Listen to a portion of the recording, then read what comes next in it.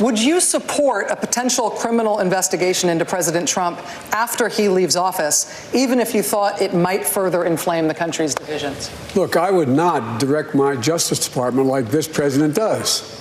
I'd let them make their independent judgment. I would not dictate who should be prosecuted. We have to establish the principle, no one is above the law. We have a constitutional responsibility, and we need to meet it. I have made it very clear that this is impeachable conduct. We have a criminal living in the White House. And there is no question that in 2020, the biggest issue before us until we get to that tender moment is justice is on the ballot. Sadly, we have a president who is not only a pathological liar, he is likely the most corrupt president in the modern history of America. So let me just tell you what we can do with that 2-cent wealth tax. 2 cents on the top 1/10 of 1% in this country, and we can provide universal child care for every baby in this country ages 0 to 5. But the tax, the way we're putting it forward right now, the wealth tax, I'm sorry, it's cumbersome. It's been tried by other nations. It's hard to evaluate. It's unfortunate that we have someone on the stage who is attempting to be the Democratic nominee for President of the United States, who during the Obama administration spent 4 years full-time on Fox News criticizing President Obama. That's who ridiculous. Has spent full-time, who has spent full-time buddied up to Steve Bannon to get a meeting with Donald Trump in the Trump Tower. Well, do you seriously think anybody on this stage is proposing invading Mexico? That's not what I said. That's not what I said.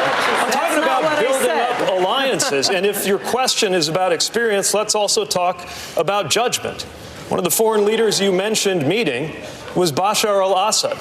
I have, in my experience, such as it is, whether you think it counts or not, since it wasn't accumulated in Washington, enough judgment that I would not have sat down with a murderous dictator like that.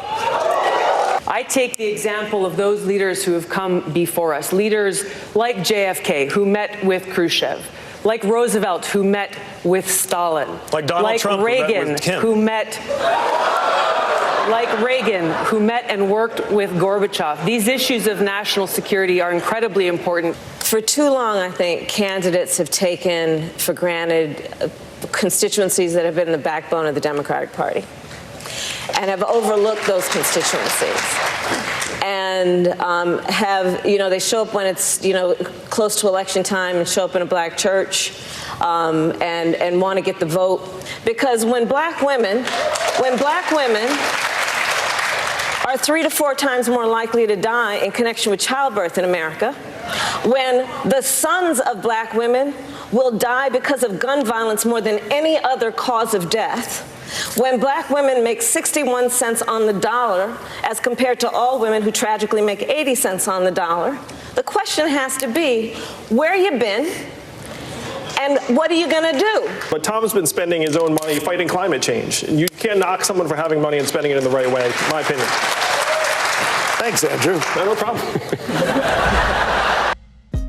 Hey, thanks for watching. If you like this video, check out these other videos from USA Today to stay up to date with all the latest news.